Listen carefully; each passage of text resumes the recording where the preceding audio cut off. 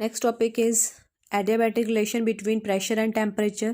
For ideal gas equation, PV is equal to nRT. For n, 1 mole of a gas, PV is equal to RT. The value of pressure, volume, is equal to RT upon P. So put this value V in this expression, we get P within bracket RT upon P raised to power gamma, which is equal to K. So P RT raised to power gamma, and अगर ये वाला P अगर ऊपर ले जाएंगे तो क्या बनेगा, P raised to power minus gamma, which is equal to K. So when we simplify this, we get P raised to power 1 minus gamma and T raised to power gamma, which is equal to K upon R raised to power gamma, which is another constant.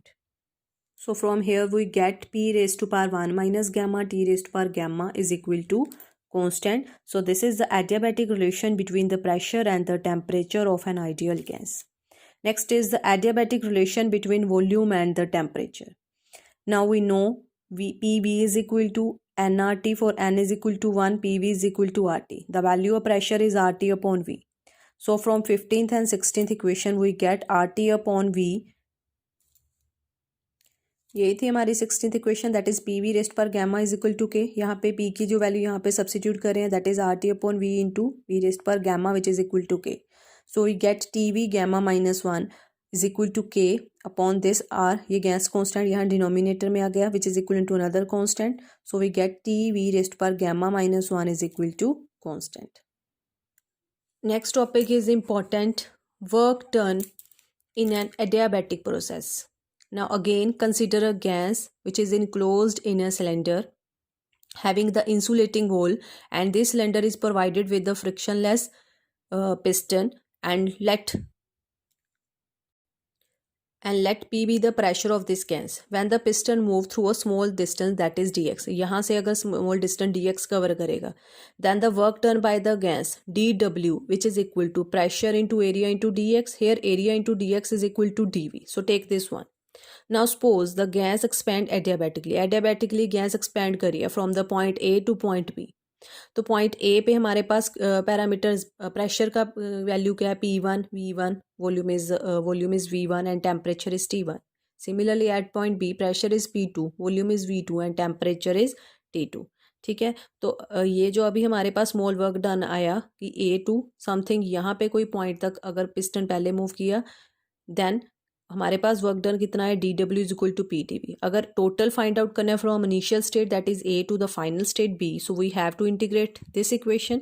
So W adiabatic which is equal to P D V, integration varies from V1 to V2. So take this one and take this two. Now for an adiabatic change, PV gamma which is equal to K. Now the value of P, that is pressure, is equal to K V raised to power minus gamma. ये V raised पर gamma denominator में आएगी. पहले कैसे आएगा, P is equal to K V raised पर gamma, then gamma ऊपर आ गया तो हमारे पास ये टर्म बन गई.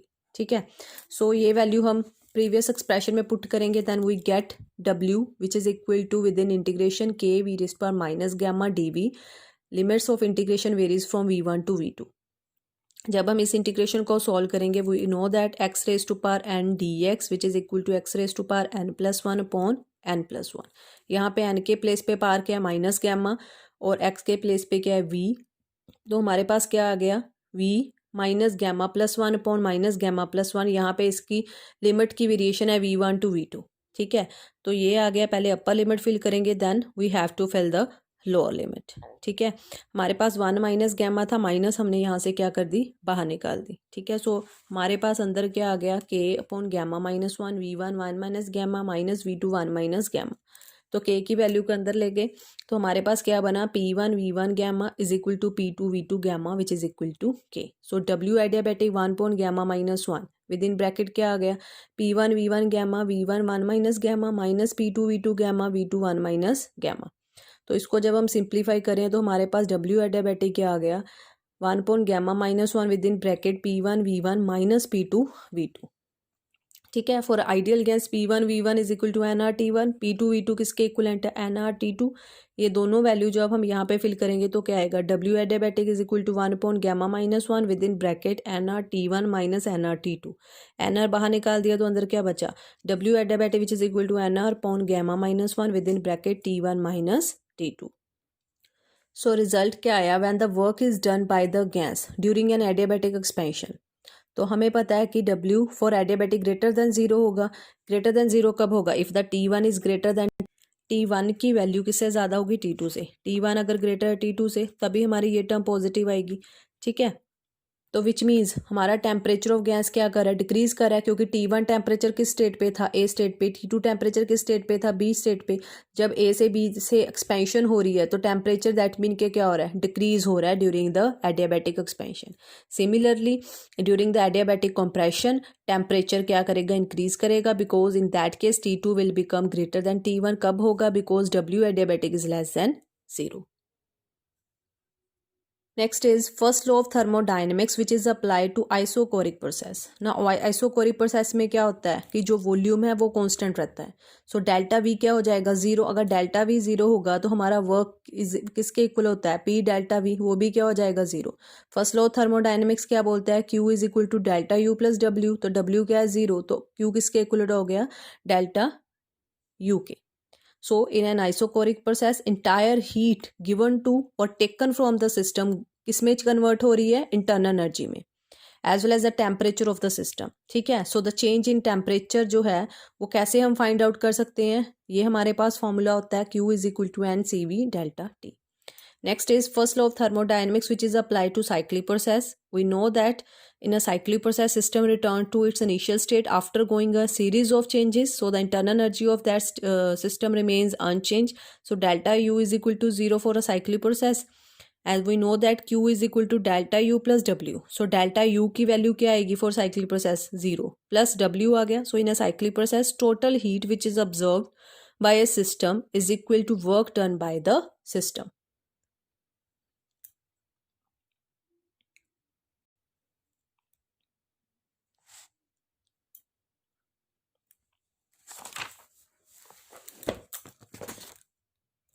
Suppose the pressure of the gas remains constant and the volume of the gas changes from V1 to V2. So the work done by the gas is given by integration P dV and the limits of integration varies from V1 to V2.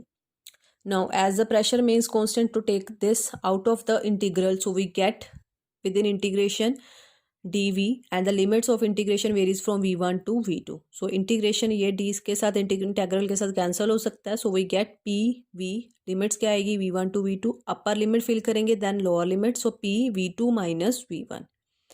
ठीक है. We know that ideal gas equation क्या होती है, P V is equal to N R T. So यहाँ में अगर मैं volume को चेंज में लिखूँ V two minus V one, मतलब क्या आ गया, P with in bracket V two minus V one which is equal to N R T. Temperature is T2 minus T1. ये वैल्यू मैंने यहाँ पे फिल की, तो डब्ल्यू क्या आ गया, N R with in bracket T2 minus T1. So which means that as the temperature of gas changes, so as the internal energy changes, and hence an isobaric process, the observed heat goes partly to increase the internal energy and partly to do work. Next is boiling process. Suppose a mass m of a liquid is heated at a temperature of its boiling point. So that वो जो liquid किस में change हो जाएगा at the boiling point, vapour state में at a pressure P. Let V I be the volume of the liquid and V F be the final volume. Final volume कौन सा होगा, लिक्विड किस में चेंज हो रहा है, वेपर में. So V F represent the volume of the vapour. So work done by the liquid during its expansion at temperature T is given by delta W which is equal to P delta V, where जो delta V किसके equivalent हो गया, V F minus V I. So delta W is equal to P with in bracket V F minus V I. Here consider L represent the latent heat of vaporisation of the liquid, so which represent the heat which is needed per unit mass to change from liquid to the vapor state, vapor phase at the constant temperature as well as the pressure. ठीक है.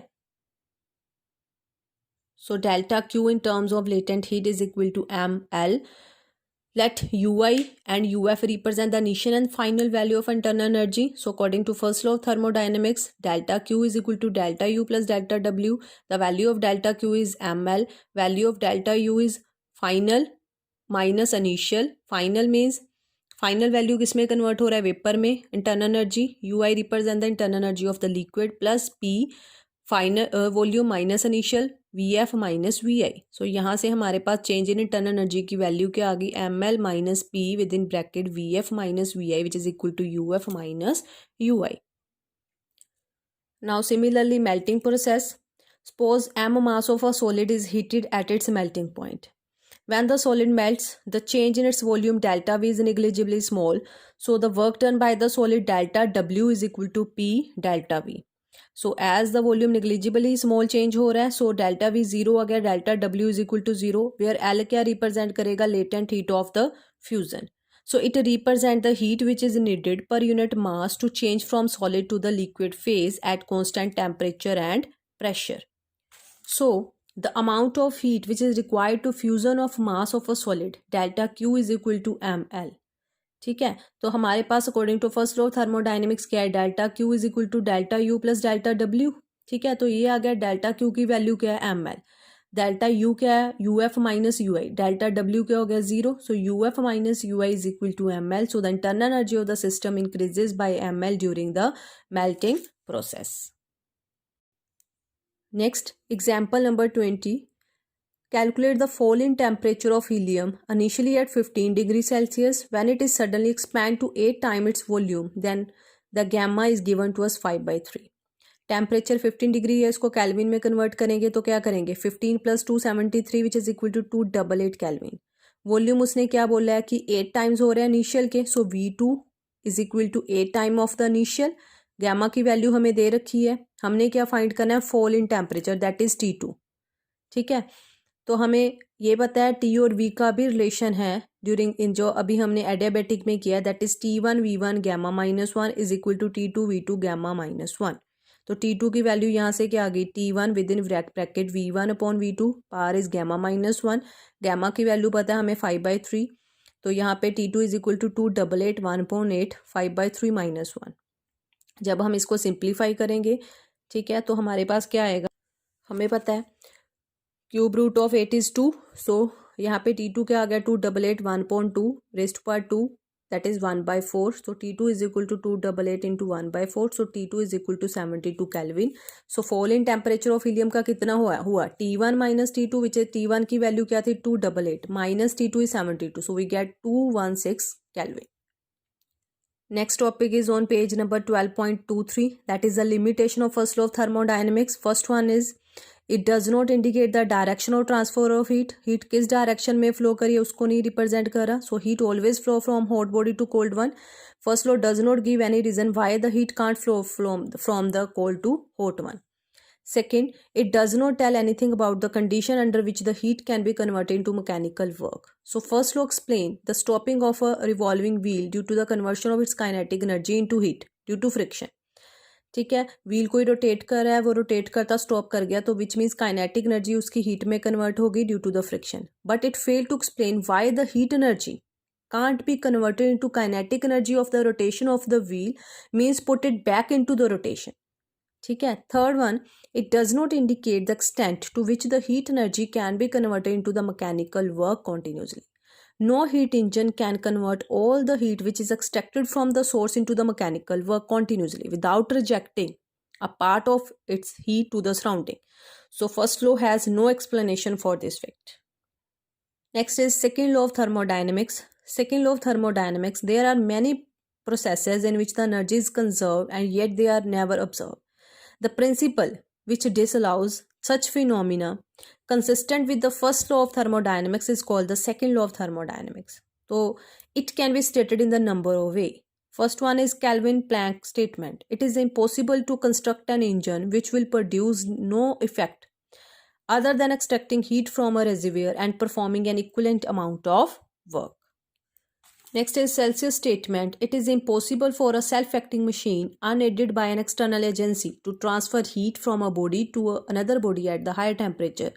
अगर cold body से higher temperature तक अगर हमने heat transfer करनी है तो ये सेल्फ एक्टिंग मशीन के लिए इम्पॉसिबल है अगर उसको कोई एड एक्सटर्नली प्रोवाइड ना की जाए, ताकि वो जो हीट है वो ट्रांसफ़र हो सके from a body whose temperature is less as compare to the another body whose temperature is more. Clear. So ये जो हमारे पास सेल्सियस स्टेटमेंट है, this is applicable to a refrigerator. ठीक है। रेफ्रिजरेटर में हमारे पास क्या है कि working substance can observe heat from the cold to the cold body only if work is done on, अगर उस पर वर्क किया जाता है। वर्क कौन करता है? Electrical compression. Significance of second law, the efficiency of the heat engine can never be unity. This in turn implies that the heat released to the core reservoir can never be made zero.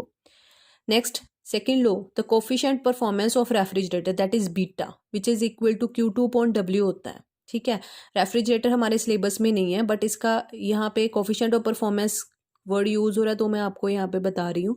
तो ये बोल रहे हैं कि coefficient performance कभी infinite नहीं होगा। Infinite कब होना था? अगर वर्क क्या होता है? जीरो। सो 1/0 क्या होता है? इन्फिनिटी। तो अब ये इनफाइनाइट नहीं हो सकता। ठीक है।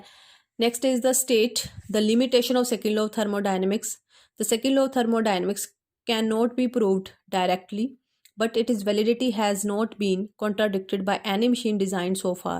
It is applicable to a cyclic process in which the system returns to its original state after a complete cycle of changes. Third, it makes no prediction as to what will happen under certain conditions, but simply states what will happen under a given set of conditions.